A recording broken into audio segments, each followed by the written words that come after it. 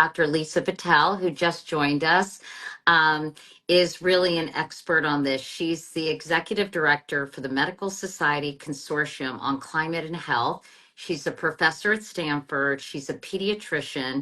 She became an expert on the impact of wildfires given the uptick in the number of wildfires due to climate change. She has two kids, and after the US pulled out of the Paris Climate Accord, she realized the urgency of climate work and has dedicated herself to really understanding the impact on children's health, especially. So, Dr. Patel, thank you so much for spending some time with me. As I said, for selfish reasons, and obviously for everyone who's living in Southern California, I had been thinking about the air quality. I think it's particularly resonant for me because I covered 9/11, and I covered a lot of the firefighters who were working on the pit down at the World Trade Center.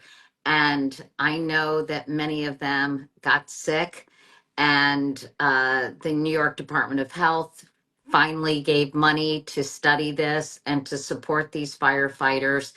And I know it's a different situation in Los Angeles, but it's something that I have been thinking about constantly as I've watched these wildfires continue to continue to catch fire and not be contained. I know that they are making some progress. Anyway, sorry to go on so long, but I'm curious about the toxicity of this air, Dr. Patel. Can you talk about that and how far it travels? And I joined like a second later after you said, did you say you have a I grandchild that you're worried about? do. Oh, Yeah, my daughter Ellie and her husband Mark have a 9 month oh old. boy. They are out of I think they're luckily, thank goodness, they're out of the area where the fires are having an impact. But I'm worried about the air quality, obviously, for people who are closer to the affected areas, but even people who are a little further away. So, for selfish reasons, I wanted to understand this better, but obviously, I'm concerned about everyone in Los Angeles. And this air is very toxic. Can you talk about why it is so toxic? Absolutely. And I'll say I really started becoming an expert in wildfire smoke. My son was born the year of the Paradise wildfires in 2018. And so he was just months old when we were dealing with the wildfire smoke. And that's when I started learning everything about it. And I would just want to take a moment for folks that are listening that are in the area. You are going through trauma right now.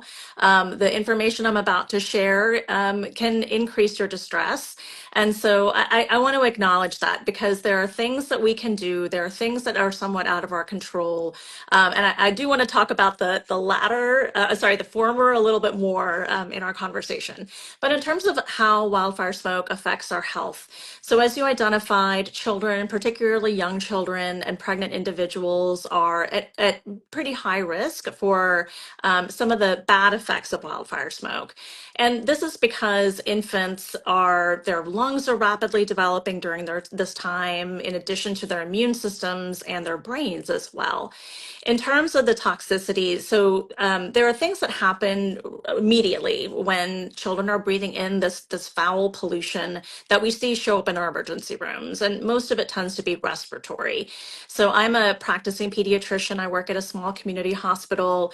We see more children that are coming in with things like pneumonia, bronchitis, asthma during periods of wildfire smoke. There are also mental health effects. So not just you've been evacuated, there's trauma, PTSD, depression, anxiety that's associated with it. But there's some emerging evidence that the smoke itself, because it is a neurotoxin, can be a risk factor for things like depression and anxiety as Oh, well. interesting. Yeah. And then the other population that I work with pregnant individuals because I attend deliveries in case there's concern that the baby might have trouble in the beginning. So wildfires are a higher risk for things like preterm birth, low birth weight infants, and stillbirth, unfortunately. Talk about the composition of the air in the aftermath of a wildfire like this in terms of the things that have burned and why they are so toxic, not only neurotoxic, but toxic for your whole body? So we have tons of evidence, unfortunately, because we burn fossil fuels, oil, coal, and natural gas. We make these tiny little particles. It's called particulate matter pollution. It's also in wildfire smoke, right? When we burn anything, it produces these tiny little particles. And we have tons of evidence that we see more deaths yearly from particulate matter pollution than tobacco worldwide. And Seriously? seriously. By the way, we're always breathing this pollution because we continue to burn fossil fuels. So that particulate matter pollution is also in wildfire smoke, and it's at very high levels. There is no level of particulate matter pollution that is safe. The WHO sets a level at 5 micrograms per cubic meter, but the evidence shows there's no such thing as a safe level. And so the air quality index that you're looking at, usually it's the particulate matter pollution that drives it between the different color blocks, because that's most of what's in the air.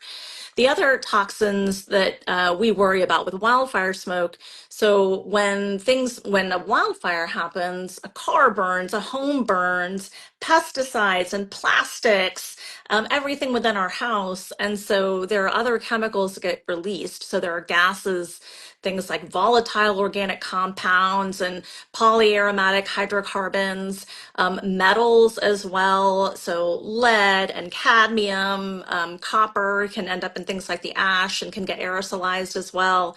So these are all, they can cause, they're linked to cancer, they're linked to cardiac damage, they're linked to things like headaches. They have lots of different effects on different parts of our bodies. How do we know how dangerous the air is? I know that government officials after 9/11 insisted that the air was safe and not dangerous. And of course, we learned sadly the opposite was true. What do you think is the best way to really determine the safety of the air in your particular area? It's really tough. And we've been having this debate for, I would say, for years within the medical and the public health community about the air quality index and what is considered safe. So the air quality index was the evidence there. It's based off of fossil fuel pollution, right? But as we've been talking about, wildfire smoke is different. And there was a study that was done a few years ago now that took, if you have the same amount of pollution from wildfire smoke and the same amount of pollution from burning fossil fuels, we saw 10 times as many children show up with respiratory complaints when it was wildfire smoke, same amount of pollution. And so what that means to us, and again, the evidence is still emerging. So we've been talking about creating a whole separate AQI if it's a wildfire event versus a regular day. But we don't feel there's not enough evidence yet to build those kinds of guidelines quite yet. That being said, what I did as a parent, and what I counsel people for is that when it's a yellow or an orange or a red day and you're in an area where there's still wildfire smoke happening, just don't treat it like a normal day. Because the evidence is still emerging, take precautions, try to limit your time outdoors. If you do have to be outdoors for a while, wear an N95 mask to protect yourself from some of the pollution. It's not going to protect you against all of the pollution. What about when you're inside? I know that people have recommended air purifiers for, especially for young children. I would say for everyone. And yes, absolutely, create a safe room for yourself. So you should make sure, and they're pretty good now. Years ago, you had to do the math in your head to figure out if the air purifier was the right size for your room. But now a lot of those specifications are there for you. So you want to fit the right power air purifier for the right room and choose a room that's your clean room or your safe room, where you can more or less be assured good air quality. And then just make sure you do other things to not ruin your indoor air quality. So gas stoves, for example, will Yeah, ruin your indoor air quality. how do gas stoves impact the air quality? Oh, I mean it's fossil gas, right? Right, We're burning gas indoors. So you're releasing particulate matter pollution and NOx and benzene and all of these right, things that are right. bad for us to breathe. And you can't ventilate. Like what we recommend if you have a gas stove that you do is that you bring fresh air in to dilute those pollutants out. But when you have wildfire smoke outside, you can't do that. So we tell folks, don't, if you have a gas stove, try not to use it. Maybe turn to your microwave or your toaster oven I instead. wanted to ask you about going back to the air quality index. Can you trust it, given that it's really based on measuring particulates that are released from the burning of fossil fuels and not really taking into consideration what's happening to the air because of wildfires? So there are a couple of different sensor systems. I think a lot of people are looking at things like Purple Air, which is an informal network of sensors. A lot of people have them in their homes or their schools or their businesses, and those provide a little bit more of a microclimate of what's happening with air quality in your area. And then within California, we have air quality management districts that are also monitoring air quality, and those I would actually trust. And don't they change on a dime given the change in wind direction and the Santa Ana winds? I mean, it's not exactly consistent, is it? And how do you keep up with this unpredictable, situation? Yeah, I mean I would say and I recognize because I did this as a mom when my kids were little and we were dealing with the poor air quality here. I was on it, manically checking it. And but I would say maybe check it a few times through the day to guide what your decisions are going to be throughout the day. To your point, the Santa Ana winds are fierce. We're feeling them up here too. And that wind can blow the pollution out in 1 minute, but it can also blow new pollution into where you are as well. So I would say, so long as the fires are active, create some regular rhythm for yourself to be checking in about what the air quality is. Someone said, what toxins are being measured? Why are we all being shared the same info? So, Air Now is what we recommend in terms of looking at the air quality in your area. As I mentioned, there are two sort of networks that people look at. So Air Now is through the EPA, and then there's the Purple Air Network, which are these informal sensors that you can look at as well. And How do you tap into the Purple Air Network? Sorry.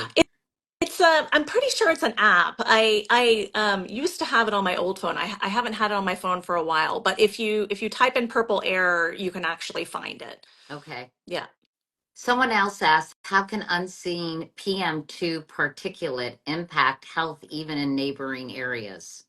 So this is the danger of PM 2.5 pollution. We often can't see it. It's And so what is small. PM2? I don't know Oh, what PM. sorry.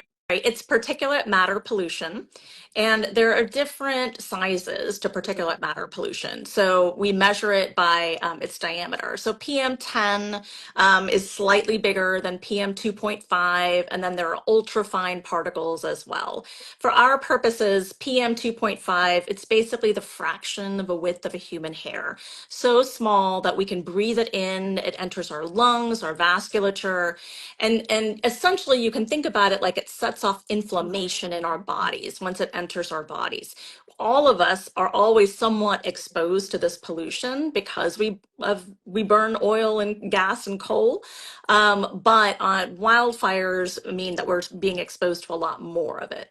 I just want to remind or tell people if they're just joining, we're talking to Dr. Lisa Patel, who's an expert on climate and health and a professor at Stanford, as well as a pediatrician. Are there some areas, say Palisades or Pasadena or Altadena, that people should be just leaving the area altogether because of the intensity of the smoke and the poor air quality if they can? I think it's a tough decision. You know what we often see during periods of wildfire smoke is that those that have the resources to leave can leave, and those that don't are left behind. And so, and then, you know, we have all this attention around the wildfires now, but 6 months, a year out, we still need everyone there with the same force that we have people there right now, because the rebuild takes a very long time. It hurts my heart to say this, because I know that the people that can leave are the ones that are going to have the resources. And so, if you do have the ability to leave, please always also look back to your neighbors that are left there and make sure that you're providing resources for their food, their safety, their security, and rebuilding in whatever way they can. Because yes, a lot of these environments are not safe, and if we had the resources, it would be best for people to leave some of these places that are probably very toxic to their health right It, now. we've been heartened to see all the volunteers coming out, but are they in danger in terms of being in certain areas where the air quality may be poor? A lot of kids are out volunteering, a lot of teenagers, a lot of adults. Is that safe? What we generally say, and this is more in the wildfire cleanup, we say in the cleanup that children, youth should not be involved in the cleanup, nor should people that we consider more medically vulnerable. So I would say the elderly or pregnant individuals, because there's a lot of toxic stuff that they are encountering.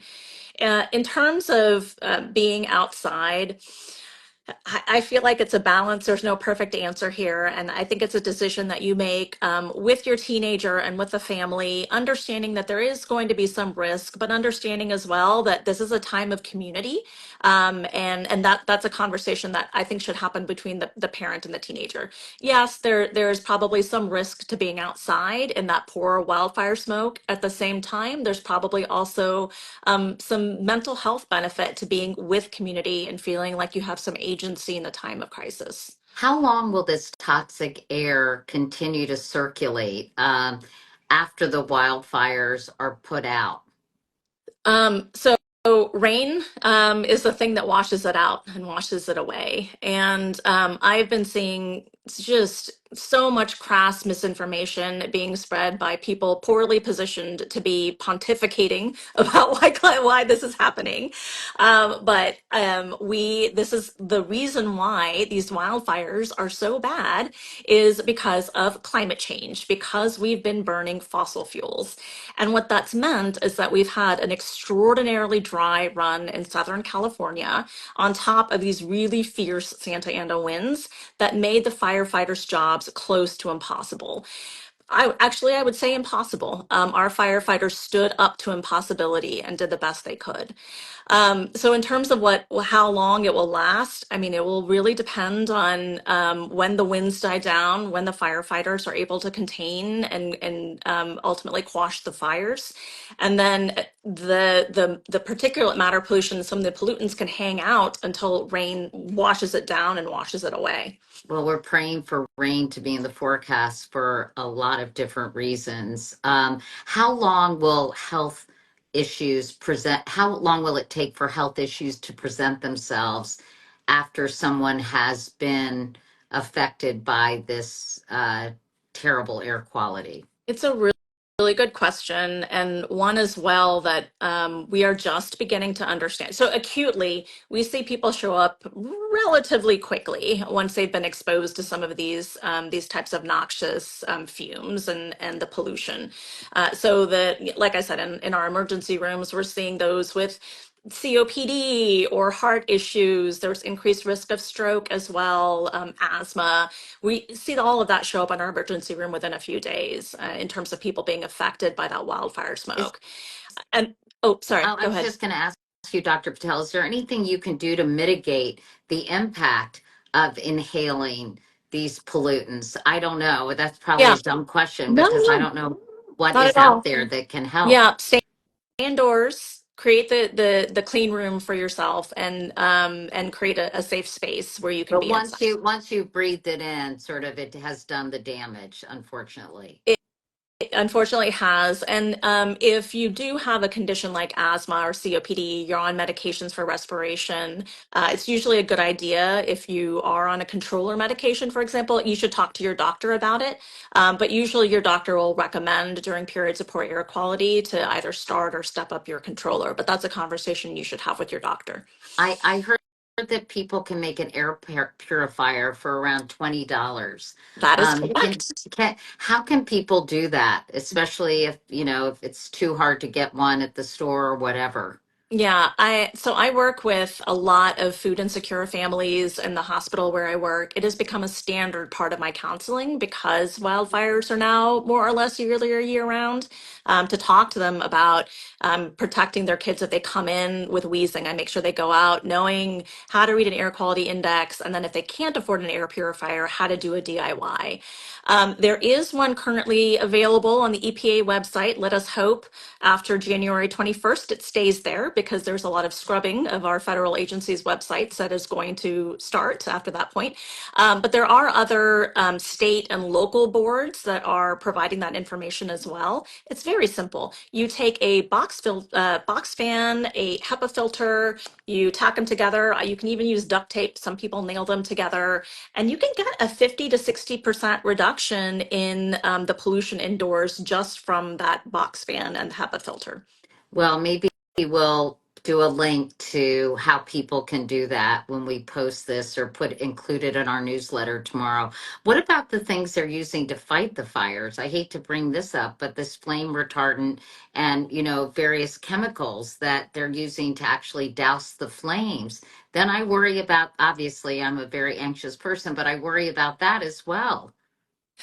Yeah, so it's basically like it's an ammonia phosphate that they're using, plus like rust basically to give it a reddish color so the firefighters can see where it's been spread. There was some concern from prior spreads that they've done before that they found high levels of metal in it. It sounds like, and it's tough to know to the point that you made earlier. We thought that the air that the firefighters were breathing were safe. We found out later that was not the case. The producers for this flame retardant are saying that they've tested the quality of this. The metals are not present. Sometimes there will be some amount of metal present, as is often the case for these types of chemicals, but they are telling us that it should be minimal. It, the frequency and intensity of extreme wildfires have more than doubled in the past 2 decades, which means people are being exposed to these fumes more often. So, in terms of our collective overall health, that's not a good thing. No, and both what we say at the Medical Society Consortium on Climate and Health, what the New England Journal of Medicine has said, what Lancet has said, climate change will be the greatest public health threat of the 21st century. I would actually say it is the greatest public health threat of the 21st century. And these increasing what we call unnatural disasters really require our collective will to understand why it's happening, which is our dependence on fossil fuels, and what we need to do to create a safer future, which is to transition to renewable energy. I thought it was shocking when I read that wildfires are a big contributor to climate change, that the 2023 wildfires in Canada created greenhouse gas emissions comparable to the United States annual fossil fuel emissions. So, clearly they are an accelerator, right, Mhm. for not only dangerous conditions for our health, but accelerating climate change itself. That's right. And I'm curious how concerned you are. We're starting a new administration where there is not going to be a big emphasis on climate change. In fact, some people in the president-elect's party believe climate change is a hoax, and they're really going to be focusing on fossil fuel and other traditional kinds of energy sources. How concerned are you if no action is taken in the next 4 years to address this issue? Obviously, I'm concerned that we're going to be missing federal leadership while we go through worsening natural disasters. At the same time, I'm very heartened. You know, our consortium has grown from 8 to now 60 medical societies representing 1 million physicians. So they can say what we want, though they want, but we as doctors and as nurses as well understand that climate change is a profound threat to our patients' health, and we're not going to stop talking about it, and we're not going to stop working on it. So whatever the federal government does, there's a lot of things that we can do on a local and state level to clean up our air and to build beautiful, resilient, connected communities that are centered on renewable energy. So again, Dr. Patel, if people want to check the air quality in their area, the air quality index doesn't necessarily measure these kinds of particulates or whatever, Oh, it microscopic. does. Yeah, it does. So the air quality index measures 5 different types of pollutants, what we call the criteria pollutants, particulate matter pollution. And the way the air quality index works is that whichever one is the highest is the one that tends to dictate which color block you're in. So during periods of wildfire, particulate matter pollution is often the highest one. And so that's the one that tends to dictate whether you're in the green or the yellow or the red. So yes, you can use that guidance to decide what activities you should or shouldn't be undertaking during the day. So you feel like that is a trustworthy measure for people who are trying to determine, their level of activity and how safe it might be in their neighborhood. I think it's one of the best tools we have. Yeah. There are people, like I said, who have individual sensors. Some of the fancier portable air filtration devices will have their own air quality monitoring devices on them. So there are ways that you can get more personalized information where you are. But if you don't have access to those resources, those are trusted resources. And finally, I wanted to ask you about this warning that LA is under. It's a wind-blown dust and ash advisory. What exactly does that mean versus sort of this small particulate matter? So the ash, unfortunately, when we burn things, as I mentioned, that the ash has lots of other toxic materials in it that aren't necessarily hanging out in the air or in the sky. But when that ash gets blown, now it's getting blown into new places. There is the possibility of inhaling it. And so I think that's what they're asking people to be mindful when they're outdoors. And again, wearing a mask will be good protection for you. But it's hard to put a mask on a little baby, right? Babies should never wear masks. So under the age of 2, it is a suffocation risk. So I would keep an infant and a toddler less than 2 indoors. Over the age of 2, there are KN95 masks that will fit a child. And then for children that are 7 and up, a N95 that is an adult small can often fit on a 7-year-old and up's face. You have to check what the fit is, but it usually can fit. Okay, that's good to know and really important advice. I'm glad I made that. I said, asked you about that, or you volunteered that information. All right, Lisa Patel, I hope it rains in I Southern hope it rains. California, right? Yes. And does it have to rain a lot to get rid of all this horrible air? I don't know that it needs to rain a lot, but some rain I think would both help our firefighters get the pollution out of the sky and give Los Angeles the help it needs right now to help quench these wildfires. My heart goes out to everybody in Los I heard Angeles. one firefighter describe it like trying to put out a blowtorch with a squirt gun. It's true, absolutely. And again, I just have so much respect for the firefighters that are being asked to do the impossible. Definitely. Well, Lisa Patel, so nice to meet you. Thanks so much for your Thanks time. for having me. I Okay, appreciate it. bye. Bye.